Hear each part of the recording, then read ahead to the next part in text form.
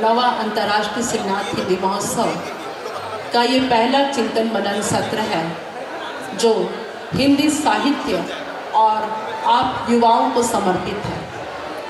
हिंदी साहित्य तो होना ही था चूँकि हिंदी महोत्सव है, लेकिन इसमें युवा को जोड़ना अत्यंत आवश्यक है, क्योंकि बदलते समय के साथ ऐसा कहीं ना कहीं प्रतीत होता है कि युवा हिंदी से कहीं अलग होता जा रहा है। आज का युवा हिंदी साहित्य को लेकर क्या सोचता है यह हमें जानना अति आवश्यक है, क्योंकि आज हमारा देश युवाओं का देश है। हमारी जनसंख्या में जो सबसे ज़्यादा संख्या युवाओं की है, इसलिए एक युवा हिंदी साहित्य को लेकर के उसकी क्या सोच बनती है, उसकी क्या मानसिकता है, वह उसमें कितना अपने लिए रोजगार के अवसर तलाश रहा है, जो एक बहुत ज़रूरी चीज़ है। इन सारे विषयों को लेकर के आज हम लोग इस चिंतन मनन सत्र को लेकर के यहाँ उपस्थित हुए हैं। हिंदी साहित्य अपने आप में एक समृद्ध विरासत है। तुलसीदास, सूरदास, जायसी, महावीर प्रसाद द्विवेदी, हजारी प्रसाद द्विवेदी, निराला, महादेवी जैसे साहित्यकारों से सुसज्जित हिंदी अपने आप में एक भरपूर समृद्ध विरासत के रूप में हिंदी प्रेमियों के लिए उपलब्ध है। हिंदी साहित्य की बात यदि करने बैठी जाए तो शायद समय कम पड़ जाए। फिर भी हम लोगों ने हिंदी साहित्य और युवाओं को जोड़ते हुए एक सत्र का गठन किया है, जिसमें आज हमारे बीच कई दिग्गज उपस्थित हैं और आज हम लोग इसी विषय पर अपने विद्वानों से, अपने विदुषियों से चर्चा करने वाले हैं। मैं मंच पर आप सभी लोगों का सर्वप्रथम स्वागत करना चाहूँगी। आप हमारे लिए इतना अपने व्यस्त जो दिनचर्या है उससे आपने समय निकाला है और एक महत्वपूर्ण विषय के लिए हम लोग विचार विमर्श के लिए यहाँ उपस्थित हुए हैं। मेरा सबसे पहले हमारे आदरणीय श्री बुद्धिनाथ मिश्रा सर से पहला प्रश्न है सर कि आधुनिक हिंदी साहित्य में युवा दृष्टि से आप क्या समझते हैं?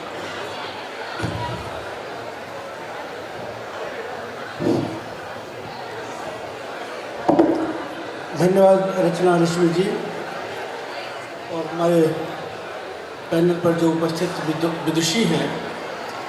4 विदुषियों के बीच अकेले में अल्पसंख्यक विद्वान हूँ, इसलिए मेरे मत को महत्व दिया जाए। दरअसल सृजन का कार्य जो है वह उम्र के आधे वर्ष तक, यानी 80 वर्ष की उम्र है, सामान्यतः मानी जाती है। सो 40 वर्ष तक ही सृजन कार्य करते हैं लोग और उसके बाद उसको ही खाते पीते रहते हैं आगे वर्ष में। हम लोग उसी में हैं। आप अगर पहले के रचनाकारों को देखें तो उनकी उम्र 25 से लेकर के 40 वर्ष तक ही रहे हैं वो, और उसमें ही जो करना हो किया है उन्होंने। तो आज जो युवा वर्ग है उसमें और हमारे समय के जो युवा वर्ग थे उनमें बहुत बड़ा अंतर ये आया है कि उस समय सोशल मीडिया नहीं था, उस समय इंटरनेट नहीं था, उस समय टीवी भी नहीं था और रचनाकारों को एक बहुत बड़ी चुनौतियों का सामना करना पड़ता था कि हम कैसे प्रकाशित हों। पहले अपनी रचना को डायरी से निकालकर पत्रिकाओं तक ले जाना एक बड़ा कठिन काम था, क्योंकि उसके बीच एक संपादक होता था और संपादक बड़ा खुर्राट होता था। वो एक एक शब्द को नाप तोल करके देखता था ये कविता, ये रचना जाने लायक है कि नहीं, और जरा सी भी उसको शंका हो तो वो हटा देता था। ऐसे कड़े चुनौतियों के सामने, यानी कसौटी के बाद कोई रचना आगे आती थी और वो आगे बढ़ता था। कभी हम लोग उसी कसौटी से पार करते हुए यहाँ तक पहुँचे हैं, लेकिन आज जो है वो बात नहीं है।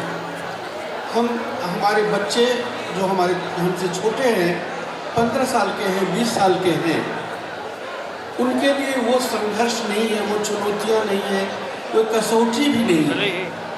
वे लिखते हैं मोबाइल पर और सीधे फॉरवर्ड कर देते हैं फेसबुक पर या और भी जो सोशल मीडिया के साधन हैं, और शाम तक देखते हैं कि 200-400 लाइक उसको मिल जाते हैं उस कविता को, चाहे उस कविता में कोई दम हो न हो, उसकी भाषा ठीक है नहीं है, उसके शब्द ठीक है नहीं है।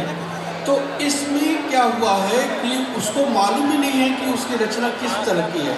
उसने देखा कि हमारी रचना को 150 लोगों ने पसंद किया है, तो निश्चित रूप से बुद्धिनाथ मिश्र से श्रेष्ठ कविता है ये उसके मन में जो भावना आ जाती है, उससे क्या हुआ है कि रचना की जो गुणवत्ता है वो कमी है। और गुणवत्ता में मैंने ये देखा है कि वो जिस तरह से अपनी बात कहता है और अपनी बात को रखता है, उसमें उसको पीछे देखने की आवश्यकता नहीं महसूस होती, जबकि हमेशा रचनाकार को पीछे देख करके, जो पहले के जो रचनाकार हैं, वो चाहे विद्यापति से हम शुरू करते हैं, हमारे अभी जो हिंदी की चर्चा हुई तो उनमें सबसे बड़े कवि तो विद्यापति थे, जिन्होंने कि संस्कृत से कविता की धारा को, गीत की धारा को भाषा में लाने का प्रयास किया, और वही उनका प्रयास था जिसके कारण सूर जैसा महाकवि विद्यापति के पक्षों पर चल कर आगे बढ़े।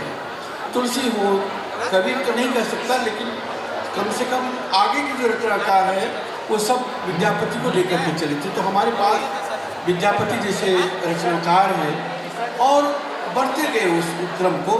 तो सब मैं एक युवा पीढ़ी के साथ ये शेयर करना चाहूँगा कि जो सफलता बहुत आसानी से मिल जाती है, जो विकास बहुत तेज़ी से बढ़ता है, तो उसमें चिरायुष्य कम होता है, यानी दीर्घजीवी होना संदिग्ध होता है।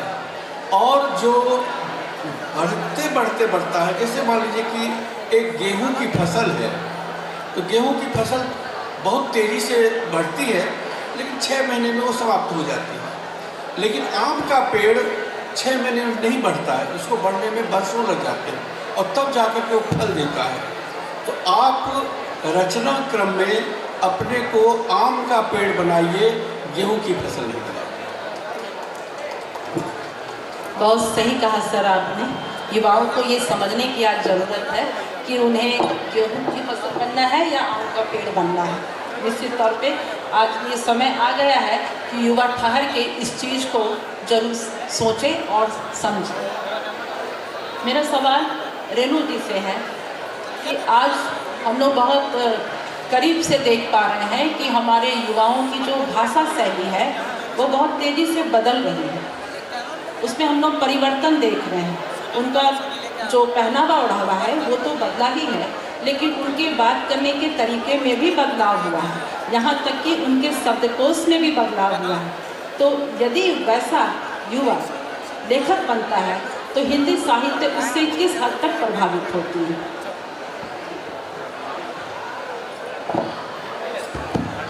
धन्यवाद, आपका बड़ा ही अच्छा प्रश्न है। आज की युवा पीढ़ी कॉस्मोपॉलिटन संस्कृति की देन है और औद्योगिकीकरण, नगरीकरण, बाजारीकरण, वैश्विक परिप्रेक्ष्य में उनकी भाषा भी जन्म ले रही है। इसका सबसे बड़ा उदाहरण है युवा कवित्री शुभम श्री की कविताएं। शुभम श्री की कविताओं में अंग्रेज़ी हिंदी का फ्यूज़न तैयार होता है। आप देखेंगे कि जब युवा कॉस्मोपॉलिटन संस्कृति की नकल करके या प्रभावित होकर कविताएं लिखता है तो कभी स्वीकार्य किया जाता है, कभी अस्वीकार्य किया जाता है। शुभम श्री की भाषा पर काफ़ी विवाद भी हुए थे, लेकिन आज नॉर्मल भी हम देख सकते हैं कि कॉलेज में, विश्वविद्यालयों में या स्कूल में इसी तरह की भाषा का प्रयोग हो रहा है। कोई भी युवा लेखक या सामान्यतः कोई भी लेखक अपने समय और परिवेश से अलग जाकर नहीं लिख सकता। लेखक बनने और कवि बनने के पीछे मनोसामाजिक संरचना का बड़ा हाथ होता है और इसी का प्रभाव देखा जाता है। दूसरी बात आपने कही वेशभूषा की परिवर्तन पर। जैसा समय है वैसा पहनावा है, हमें इसी तरह से उनको स्वीकार करना होगा जैसा समय है। बहुत सही कहा महोदय आपने कि जो अभी समय चल रहा है उसे स्वीकार भी करना है, और प्रकृति का नियम है परिवर्तन, लेकिन वो सकारात्मक हो तो अच्छा लगता है। मेरा अगला सवाल श्वेता महोदय से है, भविष्य के हिंदी साहित्य को दिशा देने में युवाओं की भूमिका क्या हो सकती है? क्योंकि आज का युवा हो सकता है कल का एक बड़ा साहित्यकार है, वैसे में वो अपनी तरफ से हिंदी साहित्य को कैसे और कितना दिशा प्रदान करेगा और वो किस ओर ले जाएगा? धन्यवाद आपका रश्मि जी। और सर्वप्रथम तो मैं श्रीनाथ यूनिवर्सिटी का हृदय दिल से धन्यवाद करती हूँ कि उन्होंने हमें ये अवसर प्रदान किया कि हम आकर दो शब्द आपके सामने अपने रख सकें। और आदरणीय बुद्धिनाथ मिश्र सर की गरिमामय उपस्थिति को नमन करते हुए आप सभी विदुषियों के बीच अपनी बात रखती हूँ। और अपनी बात शुरू करने से पहले मैं अपनी 4 पंक्तियाँ जरूर कहना चाहूँगी जो हिंदी को मैंने विदेश में महसूस किया है।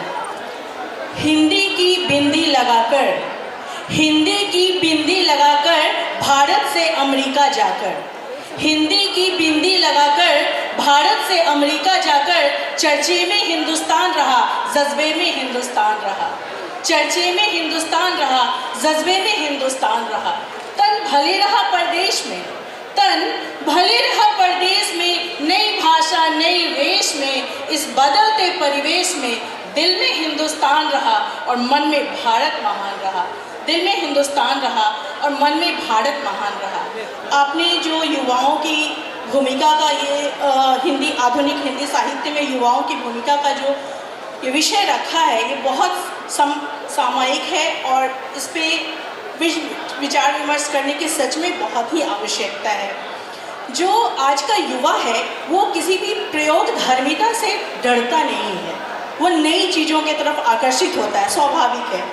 लेकिन अगर उसी दिशा को अगर सकारात्मक पहलू मिले और बुज़ुर्गों का हमारे पहले अच्छे जो स्थापित हमारे जो साहित्यकार हैं उनका मार्गदर्शन मिले तो ये वो कंचन बोलते हैं ना, वो आपस में वो एक बहुत अच्छा कॉम्बिनेशन बन जाएगा। तो ये अगर साथ में चलता है, मार्गदर्शन के साथ अगर युवा अपनी प्रयोग धर्मिता से आगे बढ़ता है तो मेरे विचार में ये बहुत अच्छा है हिंदी साहित्य के भविष्य के लिए और वर्तमान हिंदी साहित्य के लिए भी। जैसे आजकल पहले के ज़माने में आपने सुना होगा कहमुकरियाँ होती थी, अभी का युवा मैं कुछ साहित्यकारों को जानती हूँ जो कहमुकरियों में अपनी प्रदर्शन कर रहे हैं, अपनी कला को और निखार रहे हैं। बहुत सारी ऐसी चीज़ें जो विलुप्त होती जा रही है उनको कर रहे हैं। दूसरा उदाहरण मैं देना चाहूँगी, जैसे आजकल मोबाइल हो या कोई भी गैजेट हो, उसमें जो स्टिकर्स होते हैं, इमोजी होते हैं, आपने कभी उनके ऊपर कविता सुनी है? आजकल का युवा इमोजी की इमोशंस के ऊपर कविताएं कर रहे हैं। तो ये सब प्रयोग धर्मिता और नई दृष्टि है जिसको अगर एक प्रॉपर मार्गदर्शन और सहयोग मिले तो ये इसमें बहुत अच्छा कर सकते हैं। दूसरा कि जो विदेशों में हिंदी में युवाओं का मैं बोलना चाहूँगी, जो जाकर जो भारतीय वहाँ जाकर बस गए हैं और अपने बच्चों में जो वो हिंदी भाषा का विचार आगे उसको बढ़ाने का कृत संकल्पित हैं, उनको पढ़ा रहे हैं, उनको आगे उसमें आगे निकाल रहे हैं और यहाँ तक कि ये भी कोशिश कर रहे हैं कि स्कूल से लेके कॉलेज तक भी पूर्णतः हिंदी भाषा तो नहीं संभव है लेकिन ऑप्शनल हिंदी लैंग्वेज के रूप में भी बच्चे उसको ऑप्ट करें।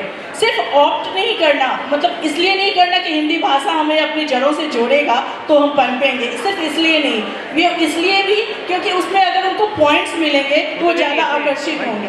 तो ये हमारी कोशिश है, शिकागो में ऐसी कोशिश की जा रही है कि वो हिंदी हमने स्कूल में तो शामिल करने की कोशिश कर ली लेकिन अब कॉलेजों में भी। तो इस तरह के अगर कदम उठाए जाएंगे भारत में भी और भारत से बाहर भी जहाँ भी NRIs हैं, तो ये बहुत अच्छा कदम होगा। धन्यवाद।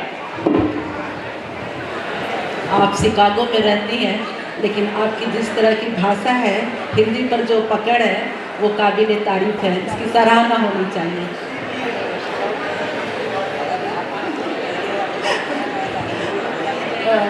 मैं चाहूँगी कि शिवांगी जी, आपके पास जो प्रश्न है आप पूछें।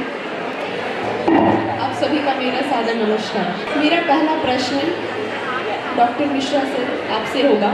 हिंदी और मैथिली दोनों भाषाओं में आपकी सशक्त रचनात्मक उपस्थिति दर्शकों तक साहित्य, पत्रकारिता और संपादन के माध्यम के समय को देखने का आपका अनुभव और तजुर्बा तथा युवा कवियों को निरंतर प्रेरित करने की आपकी भूमिका को ध्यान में रखते हुए मैं आपसे ये जानना चाहूँगी सर, क्या युवा रचनाकारों की रचनाओं में संवेदनशीलता और यथार्थ आप किस तरीके से देखते हैं? आप क्या स्वरूप उसको देना चाहते हैं?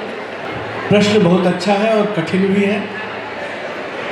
आप में से बहुत कम लोग जानते हो कि मेरा जन्म मिथिला के गांव में हुआ है, और जब 10 वर्ष का था तभी मैं गांव से बनारस भाग गया था संस्कृत पढ़ने के लिए। हमारा परिवार संस्कृत पंडितों का परिवार था। मैं जानता नहीं था कि हिंदी क्या चीज़ है, क्योंकि गांव में अगर कोई बोलने की कोशिश करता था उसको कहते थे क्यों काहे कुहे बोल रहे हैं, तो ये हिंदी को काहे कुहे बोलते थे। और जब काशी गया तो काशी में जहाँ मैं रहता था, जिस छात्रावास में, उसकी भाषा थी संस्कृत। तो छात्रावास में अगर संस्कृत के अलावा कोई भाषा बोलने पर वहाँ 1 आना दंड दिया जाता था। 57 की बात है ये। 57 में 1 आना बहुत होता था। 1 आना में 1 किलो आलू मिल जाता था। तो उस भाषा के वातावरण में मैं रहा और धीरे धीरे हिंदी सीखता गया। बाद में ऐसा भी हुआ कि लिखने लगा, और ये मैं मानता हूँ कि प्रेरणा जो है भीतर से आनी चाहिए। अंतः प्रेरणा से ही मैं मैथिली में बाद में लिखने लगा। ये मेरा सौभाग्य है, और बहुत कम देश के ऐसे रचनाकारों को सौभाग्य मिला होगा जो दो भाषाओं में समान स्तर पर वो पोस्ट ग्रेजुएट में पढ़ाए जाते हैं।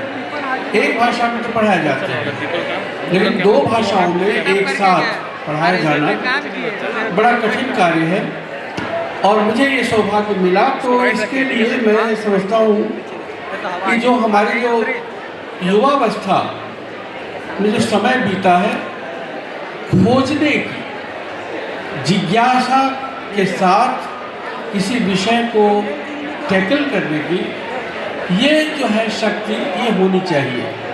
युवा पीढ़ी में इस समय जो सबसे बड़ी समस्या है वो है कि अधिकतर जिन युवकों की बात करते हैं वे सब कॉन्वेंट में पढ़े होते हैं, अंग्रेजी माध्यम से पढ़े होते हैं।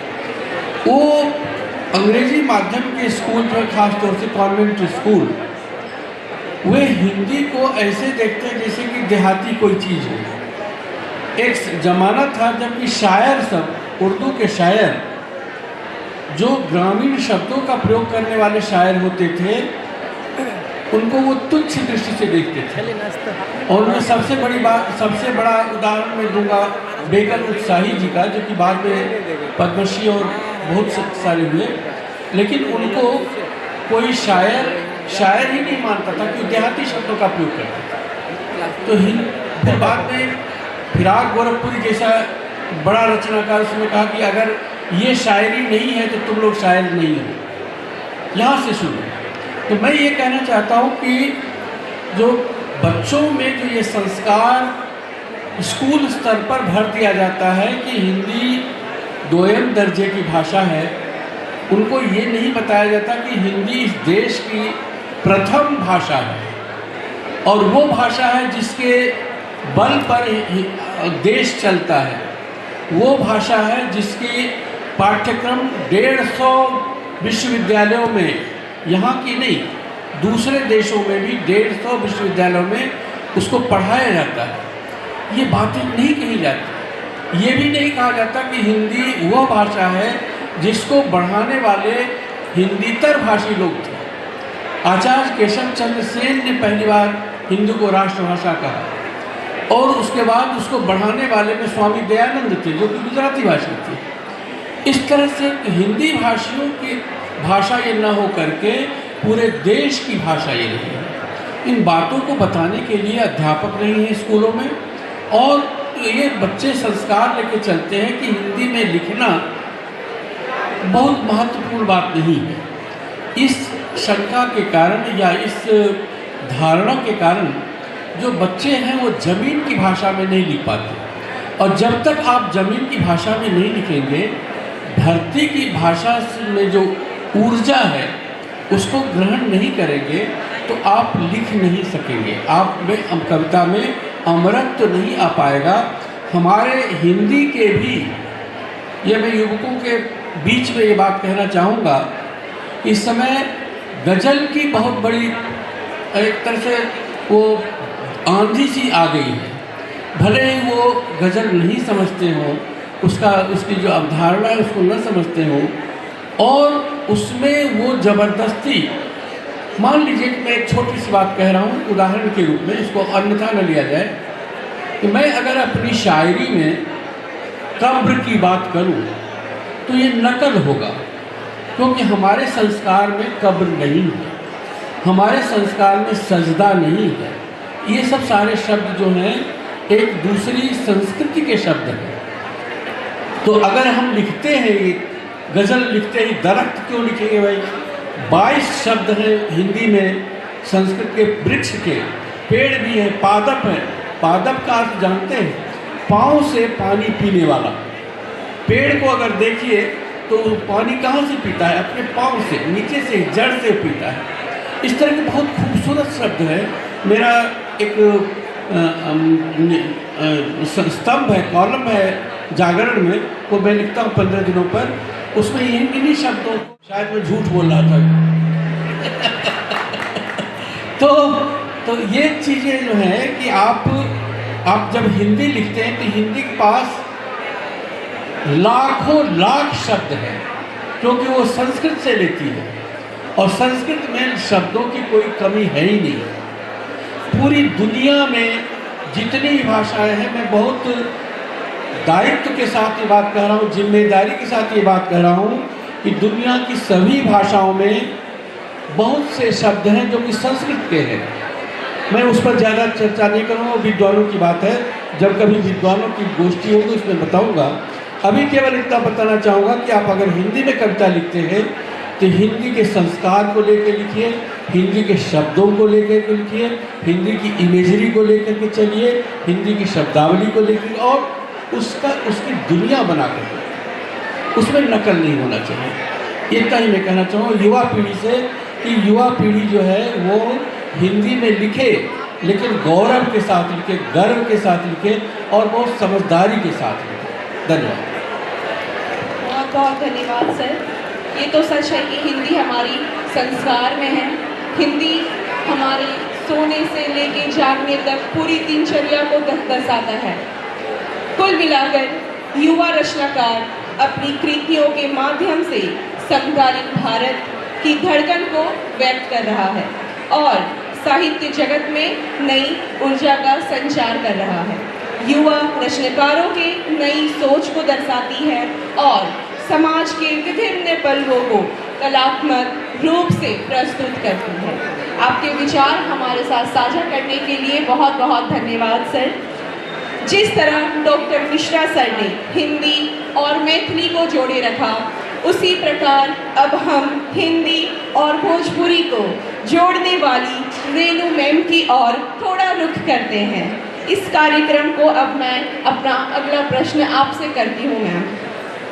एक संवेदनशील युवा, स्त्री रचनाकार, कथाकार, कवयित्री और आलोचक के रूप में मैं अपने आप से जानना चाहती हूँ, आधुनिक हिंदी साहित्य में नारी दृष्टि और युवा चेतना आपस में किस तरह से जुड़ती और विकसित होती दिख रही है?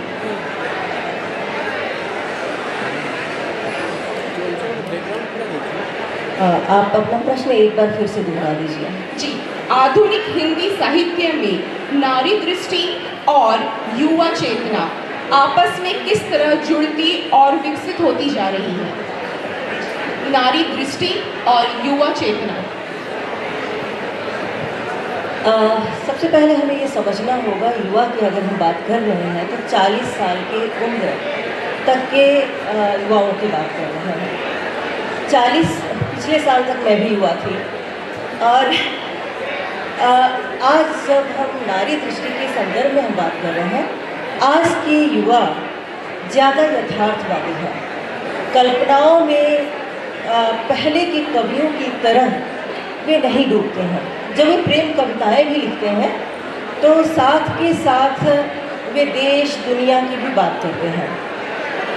नारी दृष्टि इस समय कट्टरपंथी नारीवाद से ज़्यादा प्रभावित मुझे दिखती है, जितना मेरा अध्ययन है। हाँ, कुछ अलग भी है। हाशिए पर खड़े जितना समाज है, सिर्फ नारी की बात नहीं है, हाशिए पर खड़े समाज जिसमें दलित, आदिवासी, स्त्री, LGBTQ ये सभी आते हैं, इनके पक्ष में आज की युवा बात करती है। नारी दृष्टि पर जब वे बात करते हैं, एक कवित्री है नेहा नेरुका। नेहा नेरुका की आप कविताएं पढ़ेंगे, जो युवा कवित्री हैं। पार्वती योनी, इति शिव हरि है, कुंडली तो मिल गई। इन रचनाकारों की जब हम रचनाएं पढ़ते हैं तो हम देखते हैं बड़ा ही खुलकर प्रखर अभिव्यक्ति देती हुई नजर आती हैं। इनमें बनावटीपन नहीं है, ये मनुष्यता के पक्ष में खड़े होते हैं, न कि नैतिकता के पक्ष में। ये भी ध्यान देने की ज़रूरत है। युवा यथार्थवादी है, स्पष्टवादी है, तत्काल प्रतिक्रिया देने वाली है, और उन्हें किसी से डर नहीं है। और पहले की अपेक्षा इस समय के कवि अधिक साहसी, प्रयोग धर्मी हैं। जैसा कि श्वेता जी ने भी कहा कि प्रयोग धर्मी हैं, और हर तरह की भाषाओं का प्रयोग कर रहे हैं। जैसे कि आदिवासी कवियों में हम देख सकते हैं, अनुज लुगुन है, पार्वती तिर्की है, पूनम वासम है। इस सभा में उपस्थित है एक महत्वपूर्ण कवित्री झारखंड की गुलांचो। गुलांचो जी, अगर आप हैं तो खड़ी हो जाइए, जो कि इस समय की महत्वपूर्ण कवित्री हैं। इनको पढ़ा जाना चाहिए।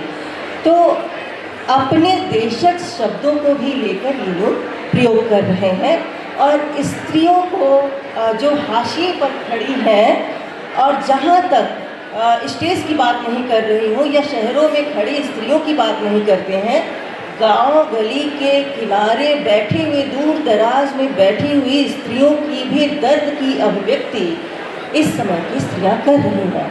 शहर में जो लिखने वाली स्त्रियां हैं, स्त्रियां कहें या कवित्रियां हैं, कुछ ऐसे कवित्रियां हैं जिनको मैंने देखा है कि वे ज़्यादातर कट्टरपंथी नारीवादी धारा से प्रभावित हैं, लेकिन जो दूर दराज की कवित्रियां हैं वह स्त्रियों के मनोभावों को, जो कि शिक्षा, बेरोजगारी, बलात्कार या फिर मानवीय अधिकारों से वंचित या प्रजातांत्रिक मूल्य, जिसे स्वतंत्रता, समानता, सद्भावना कहते हैं, इसके लिए आवाज़ उठाते हुए दिखाई दे रहे हैं। बिल्कुल, ताकि इस विचार से वे एक न्यायपूर्ण और प्रगतिशील समाज का निर्माण कर सके, जहां महिलाएं केवल अबला न रहकर अब शक्ति और संपूर्णता का प्रतीक बने। बहुत बहुत धन्यवाद मैम। इसी चर्चा को आगे बढ़ाते हुए मैं अपना अगला प्रश्न श्वेता मैम आपसे पूछना चाहती हूँ। पर्यावरण विज्ञान की सुधारती होने के साथ साथ अंतर्राष्ट्रीय डिजिटल मंचों पर सक्रिय एक कवयित्री, साहित्यिक आयोजक और मीडिया कर्मी के रूप में आपके समग्र अनुभव को ध्यान में रखते हुए इस चिंतन मनन मंच से मैं आपसे जानना चाहूँगी, सोशल मीडिया और डिजिटल प्लेटफॉर्म ने युवा साहित्यकारों की रचनात्मक अभिव्यक्ति और उसकी पहचान को किस प्रकार प्रभावित किया है? ये प्रभाव आप सकारात्मक रूप से पूछना चाह रही है या दोनों तरीके से? मैम, मैं चाहूँगी आप दोनों तरीके से बताने की कोशिश करें। जी बिल्कुल। निस्संदेह आज की आधुनिक समाज में सोशल मीडिया अपना एक महत्वपूर्ण स्थान रखता है और इसे कोई भी नकार नहीं सकता। इसके साथ ही अब हमें आगे बढ़ना है। तो जैसे 4 स्तंभ होते थे समाज के, उसमें अब सोशल मीडिया वाला स्तंभ मुझे थोड़ा ज़्यादा विकसित दिख रहा है, आने वाले समय में भी होगा ऐसा लगता है। इसके साथ आपने पूछा है कि इसमें सोशल मीडिया पे जो आप युवा स्पेशली आप युवा के बारे में जानना चाहते हैं, युवाओं की रचना, तो युवा जो भी रचना धर्मिता कर रहे हैं वो सब वो सोशल मीडिया पे डाल रहे हैं। तो सर ने जैसे बताया है कि वो उसकी उतनी गहराई में जाएं या ना जाएं वो जानते ही नहीं, एक्चुअली वो जानते ही नहीं। और अगर वो जानना भी चाहते हैं तो उन्हें उचित मार्गदर्शन शायद नहीं प्राप्त हो पा रहा है, जिससे वो नहीं कर रहे हैं। लेकिन वो अपना सारा वहाँ निकाल रहे हैं सोशल मीडिया पे। लेकिन सोशल मीडिया के भी कंट्रोल के लिए जो चीज़ें होनी चाहिए कि हाँ आप कुछ भी लिख सकते हैं, आप लोकतंत्र में हैं, आप कुछ भी लिख सकते हैं, ऐसा नहीं। कम से कम जब आप कोई भी चीज़ सोशल मीडिया पे प्रेषित करने वाले होते हैं और अपनी रचना को आप समझते हैं कि हाँ ये लोगों तक पहुंचनी चाहिए, तो अपना आकलन तो आप करते ही हैं। अगर संभव हो, यथासंभव, तो आप अपने अग्रजों का जरूर उस पर विचार लें, जरूर आप उनको एक बार दिखाएं और उनके जो भी विचार होते हैं, जो भी सुधार की आवश्यकता है, या फिर आपकी रचना इतनी उत्कृष्ट है कि सुधार की आवश्यकता नहीं है, ये बहुत अच्छी बात, तो तब आप उसको सोशल मीडिया पर प्रेषित करें। इससे क्या होगा कि आपका तो अपना विकास तो होगा ही, साथ साथ जो पढ़ेंगे, जो आपके श्रोता होंगे, जो आपके पढ़ने वाले जो पाठक होंगे, वो भी सही चीज़ से लाभान्वित होंगे, वो भी कुछ नया सीख कर जाएंगे, कुछ गलत सीख कर नहीं जाएंगे। तो ये चीज़ है, ये थोड़ा सा अगर आजकल का युवा वर्ग इसका ध्यान रख ले, जरूर प्रेषित कीजिए, मन भरकर सोशल मीडिया पर डालिए। लेकिन अगर अपने किसी मार्गदर्शक का सहयोग लेकर आप डालेंगे ना, तो आप देखिएगा वो कितनी निखरी हुई रचना, आपको खुद अपनी रचना से प्यार हो जाएगा। तो ये इसका प्रयोग है। धन्यवाद। बहुत बहुत धन्यवाद मैम। डिजिटल युग ने युवा साहित्यकारों के लिए अवसर का खजाना तो खोला है, लेकिन रचनात्मक और जिम्मेदारी के बीच संतुलन बनाना सीखना होगा, ताकि वे इन उपकरणों का सही उपयोग कर सके और सार्थक साहित्य का सृजन कर सके। आप सभी को मेरा तहे दिल से धन्यवाद। न केवल आपने हिंदी, मैथिली और भोजपुरी साहित्य की गहराई को समझने में मदद की, बल्कि साथ ही युवा रचनाकारों, स्त्री दृष्टि और डिजिटल प्लेटफॉर्म पर रचनात्मक अभिव्यक्ति के विभिन्न पहलुओं को भी उजागर किया है। अब मैं कार्यक्रम को आगे बढ़ाते हुए रचना मैम। धन्यवाद शिवांगी जी। कि मैं रेणु मैम से पूछूंगी, कुछ स्त्री विमर्श से संबंधित आप पूछना चाह रही हैं, आप पूछ ली पहले, मैं फिर। जी धन्यवाद रचना मैम। एक अलग हटकर, जैसे कि हम देख रहे हैं यहाँ स्त्री की ज़्यादातर बैठी हुई हैं, आबादी बढ़ी है, बिल्कुल। एक अलग हटकर मैम, मेरा प्रश्न है, क्या आज के समय में स्त्री लेखन अब भी हास्य की आवाज़ बना हुआ है या मुख्य धारा में आ चुकी है? सबसे पहले हमें ये समझना होगा कि भारत में कई भारत है, गांव, शहर, कस्बा, सभी जगह स्त्रीवाद को एक ही नज़रिए से हम नहीं देख सकते, और हर स्थान पर लिखने वाले कवित्रियों की या लेखिकाओं की, साहित्यकारों की रचनाएं अलग अलग विविधताओं से भरी हुई हैं।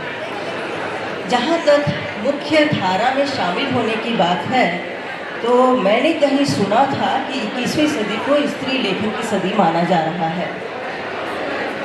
फिर भी पाठ्यक्रमों में पढ़ाया जाता है तो वैकल्पिक पाठ्यक्रम के रूप में स्त्री विमर्श पढ़ाया जाता है। हम कैसे मान लें कि पूरी तरह से वह मुख्य धारा में शामिल है? मुख्य धारा में जितनी भी रचनाएं पढ़ाई जा रही हैं, अभी भी हिंदी साहित्य के इतिहास में हम आदिकाल से लेकर और वर्तमान काल में नई कविता तक, कुंवर नारायण तक आकर सिमट जाते हैं। जब वैकल्पिक पाठ्यक्रम में आते हैं तो 3-4 पाठ्यक्रम एक साथ होते हैं, जैसे दलित विमर्श, आदिवासी विमर्श, LGBTQ विमर्श और स्त्री विमर्श। वैकल्पिक पाठ्यक्रम में पढ़ाया जाना और कुछ एक कवित्रियों को मुख्य धारा में शामिल कर दिए जाने से हमें ये नहीं मानना चाहिए कि वह मुख्य धारा में शामिल हो गई है। कोई भी साहित्य समाज का दर्पण है तो हमें इस आधार पर भी देखना चाहिए कि अगर मुख्य धारा में शामिल होते तो आप शिक्षा में सभी स्त्रियों का बराबर की भागीदारी होती। शिक्षा, राजनीति या फिर कॉरपोरेट सेक्टर, फिल्म इंडस्ट्रीज या फिर अन्य जितने भी बड़े संस्थान हैं वहाँ पर मात्रा बराबर की होती। हाँ, ये एक अलग बात है कि इस समय ऐसा दौर चल गया है जहाँ पर स्त्री लेखिकाएँ कह रही हूँ, माफ़ कीजिएगा, तो स्त्री ही हुई, कोई भी महिला साहित्यकार की संख्या ज़्यादा दिखाई दे रही है या उभर कर आ रहे हैं। यह एक रिसर्च का विषय हो गया है कि हम साहित्यकारों में हम रिसर्च करें कि कितने पुरुष लिख रहे हैं और कितनी महिलाएं लिख रही हैं। लेकिन ज़्यादा हो हल्ला करने की ज़रूरत नहीं है, क्योंकि अभी भी महिलाओं की रचनाओं को दरकिनार किया जा रहा है, कनखियों से देखा जा रहा है। जब भी वो कोई पुरस्कार पाती है तब उसके पीछे ये कहा जाता है कि किसी न किसी के कंधे पे रख कर उसे पुरस्कार प्राप्त हुआ है। जिस दिन यह साबित हो जाएगा या लोग कनखियों से देखना बंद कर देंगे और सीधे कहेंगे कि हाँ, उसके लेखन के दम पर उसकी रचनाएं प्रसिद्ध हो रही हैं, उसकी रचनाओं को पुरस्कार प्राप्त हो रहे हैं, और समस्त दृष्टियों से उसे मानवीय अधिकार प्राप्त हो रहे हैं, उस दिन मान लिया जाना चाहिए कि केंद्रीय भूमिका में वह आ चुकी है। धन्यवाद मैडम, बहुत सुंदर कहा आपने कि वाकई आज भारत में कई भारत बसता है। शहरों का भारत अलग है और ग्रामीण क्षेत्रों का भारत अलग है। जाहिर सी बात है, जब दो परिवेश है तो दोनों ही परिवेश में कुछ ना कुछ असमानताएं तो जरूर हैं, लेकिन एक चीज़ समान है, दोनों ही जगह पे आज कहीं ना कहीं लोग तनावग्रस्त हैं, संघर्ष में हैं। मानवीय संवेदना शहर हो या ग्रामीण क्षेत्र, दोनों ही जगह पर यथावत है। पारंपरिक मूल्यों का कहीं ना कहीं ह्रास हो रहा है। ऐसे में आज का युवा किन समसामयिक समस्याओं को अपने लेखन का क्षेत्र बनाना चाहता है, किन चीज़ों को अपने समसामयिक चीज़ों को रखना चाहता है अपने लेखन, मैं ये आपसे जानना चाहूँगी। आज का युवा लेखन किसी एक विषय पर नहीं लिख रहा है, हर युग में अलग अलग विषयों में लिखा गया है और आज का युवा लेखन भी विविधता पर है। वह मनोरोग पर लिख रहा है, वैश्विक परिप्रेक्ष्य में लिख रहा है, या कॉस्मोपॉलिटन संस्कृति जैसा मैंने बताया पहले भी लिख रहा है, या गांव में भी जो हमारे देशज शब्द हैं उन शब्दावलियों को उठाकर लिखा जाता है। मैं अलग अलग कवियों को नोट की हूँ, आप समझ सकते हैं, क्योंकि मैं पढ़ती रहती हूँ तो इन लोगों का नाम नोट की हूँ कि कोई छूट न जाए। विहार वैभव, नेहा नेरकर, अनुज लून, कीर्तन यादव, पराग पावन, घनश्याम कुमार देवांश, इति शिवहरे, गोविंद निषाद, गुलांचो कुमारी, अंजुम शर्मा, अंचित, पूनम वाशम, पार्वती तिर्की, शुभम श्री, अंकिता आनंद, अपूर्वा श्रीवास्तव, अलंकृति श्रीवास्तव, अंकिता जैन, अर्चना लाल, कैफ, चित्रा पवार, तस्मीफ हैदर, वेद प्रकाश सिंह, देवेश पतसरिया, गोलेंद्र, दीपक जायसवाल, जुनैद शाह, बाल कीर्ति, नेहा झामड़ी और भी कुछ नाम छूट रहे होंगे। ये सभी युवा लेखक हैं। माफ़ कीजिएगा, बात करने के चक्कर में मैं आपका प्रश्न शायद भूल गई, एक बार फिर से आप दोहरा दें। मैं जानना चाह रही थी कि ग्रामीण क्षेत्र अलग है, शहरी क्षेत्र अलग है। जैसा कि आपने कहा भारत में कई भारत बसता है, लेकिन एक चीज़ समान है, मानसिक संघर्ष, तनाव और पारंपरिक जो मूल्यों का ह्रास हो रहा है वो दोनों जगहों पर हो रहा है। ऐसे में आज का युवा किन समसामयिक समस्याओं को अपने लेखन का विषय बनाना चाहता है? मुझे लगता है युवा बहुत जागरूक है। हाँ, ये अलग बात है कि उसमें धैर्य की कमी है, इसलिए भगनाशा, मानसिक विकारों का शिकार हो रहा है। लेकिन वह किसानों, वर्तमान परिप्रेक्ष्य जितने भी मुद्दे हैं उन सबको पकड़ रहा है, लिख रहा है। जैसे कि वह ईश्वर और सत्ता को भी चुनौती दे रहा है, तकनीकी पर बात कर रहा है, लगातार स्त्री विमर्श, दलित विमर्श, LGBTQ विमर्श में भी शामिल हो रहा है। वह गांव के देशज शब्दों को उठा रहा है, गांव की समस्याओं को भी उठा रहा है, पर्यावरण पर लिख रहा है, सभी मुद्दों पर लगातार अपनी लेखनी चला रहा है। और कुछ ऐसे विषय जो पहले अछूते रह चुके हैं उन पर भी अपनी आवाज़ उठा रहा है। जैसे कि एक शुभम श्री की ही कविता है, मेरे हॉस्टल में कर्मचारी सैनिटरी नैपकिन फेंकने से इनकार कर दिया है। या फिर एक कविता है, निषाद है, गोविंद निषाद, आना अस्थि बनकर। आप उनकी देखिए कविता, जो कि नदियों में उठाने वाले, बिटोरने वाले अस्थियों पर कविताएं लिखते हैं कि मल्लाह उठाता तो उसके पूरे जीवन को व्याख्यायित करते हैं। बहुत ही खूबसूरत रचना है। तो हम मान सकते हैं कि युवा दृष्टि समाज के हर चप्पे चप्पे पर है, जहाँ से जिसकी संवेदना जागृत हो गई वहाँ पर भी लिखना शुरू कर देगा। धन्यवाद। एक अंतर्राष्ट्रीय वक्ता भी है हमारे बीच। मैं टेक्निकल टीम से कहूँगी यदि उन्हें आप जोड़ पाएँ। मोहम्मद परवेज ज़िया जी, यदि आप मुझे सुन पा रहे हैं तो आप अपनी बात रख सकते हैं। मुझसे बात कर रहे हैं आप? मैं मोहम्मद परवेज ज़िया से बात कर रही हूँ। ओके, ठीक है, मैं बात करता हूँ। सबसे पहले तो मुझे इनवाइट करने के लिए बहुत बहुत धन्यवाद। तो मैं यहाँ पे सऊदी अरब में जाज़ान यूनिवर्सिटी में कंप्यूटर साइंस कॉलेज में पढ़ाता हूँ। तो मैं हिंदी के बारे में आप लोगों से कुछ बात करना चाहता हूँ कि हिंदी साहित्य भारत की समृद्ध साहित्यिक परंपरा है, जिसे मुख्य रूप से आदिकाल, भक्ति काल और आधुनिक काल में बांटा जाता है, जिसमें भक्ति आंदोलन, वीर गाथाएँ और खड़ी बोली, गद्य का विकास प्रमुख है, तथा आधुनिक काल में निबंध, कहानी, उपन्यास जैसी विधियों का उत्थान हुआ है, जिसमें प्रेमचंद और जयशंकर प्रसाद जैसे महान लेखक शामिल हैं। और हाल ही में गीतांजलि श्री को टॉम ऑफ सैंड के लिए अंतर्राष्ट्रीय बुकर पुरस्कार मिला है। धन्यवाद। धन्यवाद सर। अगर यूरी बॉटविंकिन सर मेरी आवाज़ सुन पा रहे हैं तो आप अपनी बात रख सकते हैं सर। आज भी सुन पा रहा हूँ, धन्यवाद। मैं यूक्रेन के कीव राष्ट्रीय विश्वविद्यालय के हिंदी विभाग का अध्यक्ष हूँ और हमारे यहाँ हिंदी भाषा के साथ साथ हिंदी साहित्य भी पढ़ाया जाता है, इस पर शोध किए जाते हैं और फिल्म साहित्य में भी। तो जहाँ तक मैं आज तक से समझ गया हूँ कि हम आधुनिक साहित्य पर बात कर रहे हैं, तो मैं कुछ आम प्रवृत्तियों पर बोलना चाहता था कि आजकल तो बहुत शिकायतें सुनने को मिलती है।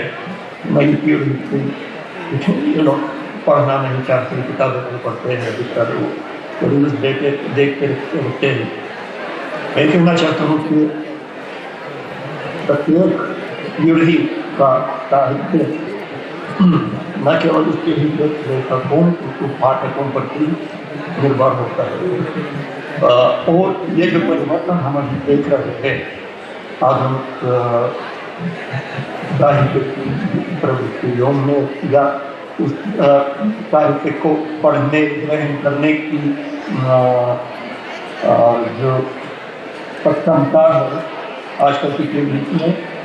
तो ये भी अभी हुई बात नहीं है, ये क्या एक सदी से परिवर्तन होता चला आ रहा है। मैं थोड़ा इस प्रकार समझाने की कोशिश कर सकता हूँ कि यदि हम 18वीं या 19वीं शताब्दी का कोई भी उपन्यास पढ़े या कोई कहानी पढ़े तो हमें एक बहुत व्यवस्थित क्रम दिखाई देगा। कोई भी साहित्यकार अपनी कहानी शुरू नहीं करेगा बिना पूरी पृष्ठभूमि बताए। जैसे हम पुराने उपन्यास ले लेंगे तो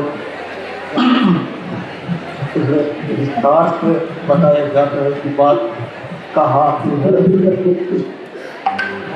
है, पात्रों का वर्णन होगा कि ये कौन है, कि ये क्या कर रहे हैं,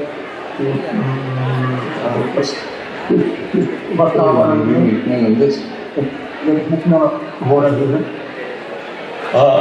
किंतु इतनी जितना नवीकरण होता गया साहित्य में उतना ही हम क्षेत्र देखते आ रहे हैं। तो उदाहरण के लिए आज की कोई कहानी ऐसी पंक्ति से शुरू हो सकती है, ज़्यादा कुछ पता नहीं चलता है। इसके बाद तत्कालीन सीन के जैसे अब कोई किताब खोलते हैं कोई आधुनिक उपन्यास तो उसमें लिखा होता है कि पहली पंक्ति में उसने कमरे का दरवाजा खोला और अपनी आँख को रोती हुई देखा। तो अगर इस तरह की कहानी की शुरुआत पिछले सदियों का पाठक पढ़ लेता तो वो घबरा जाता, वो तुरंत ढूंढने लग जाता कि कहीं कि पहले कई पन्ने कहाँ गए हैं, कुछ गड़बड़ होगा, क्योंकि ये पृष्ठभूमि में ही दी गई है कि ये कौन दरवाज़ा खोल रहा है, ये कहाँ हो रही है बात, और किस हाल में किस ज़माने में हो रही। तो आजकल के साहित्य की ये विशेषता है, न केवल साहित्य की, ये शायद परिवर्तन तब से होने लगा है जब से सिनेमा, जब से दृश्यात्मक कला विकसित होने लगी, तब से हमें पहले एक दृश्य में डुबाया जाता है और फिर उस दृश्य के विकसित होने में हम अन्य सभी पहलुओं को जान लेते हैं।